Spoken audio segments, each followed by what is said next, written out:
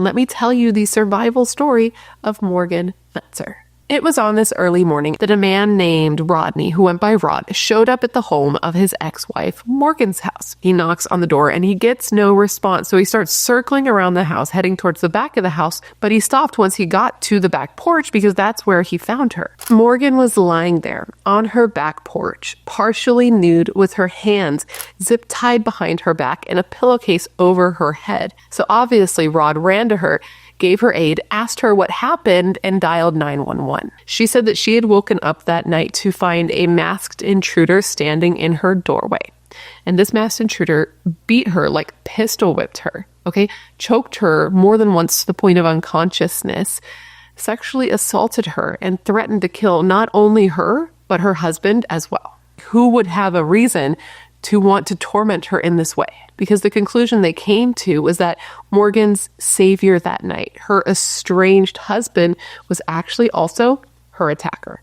So Morgan and Rod, okay, they had been in each other's lives for more than 2 decades, but their happiness didn't last long. He was convincing her that all of the problems that they had in their relationship were her fault. He would even try to convince their kids that she was a bad person, that she was making it so their family was having problems. Can you even imagine being in that situation? She felt like she was going insane. So we're going to move on now to 2020. And it was at this point that Morgan had had enough and she had filed for divorce and she was finally starting to feel like she was at peace. And then literally the same month that her divorce is finalized, as the new year is ringing in, here is Rod again being super cool, rescuing her from her attacker, or at least helping save her in the aftermath. Now, her realizing this was Rod, or figuring out that she believed this was Rod, was something that she was able to use to her advantage to help keep her alive, because she's begging and she's pleading, like, please don't hurt me and please don't hurt my husband. Like, I love him so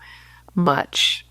She played this fool and man, it worked instantly. She said the moment that she said that she loved him, the entire mood in the room changed, and she knew in that instance that she was fine, that she was going to live. When Morgan spoke her truth, she was shocked to find that the cop believed her.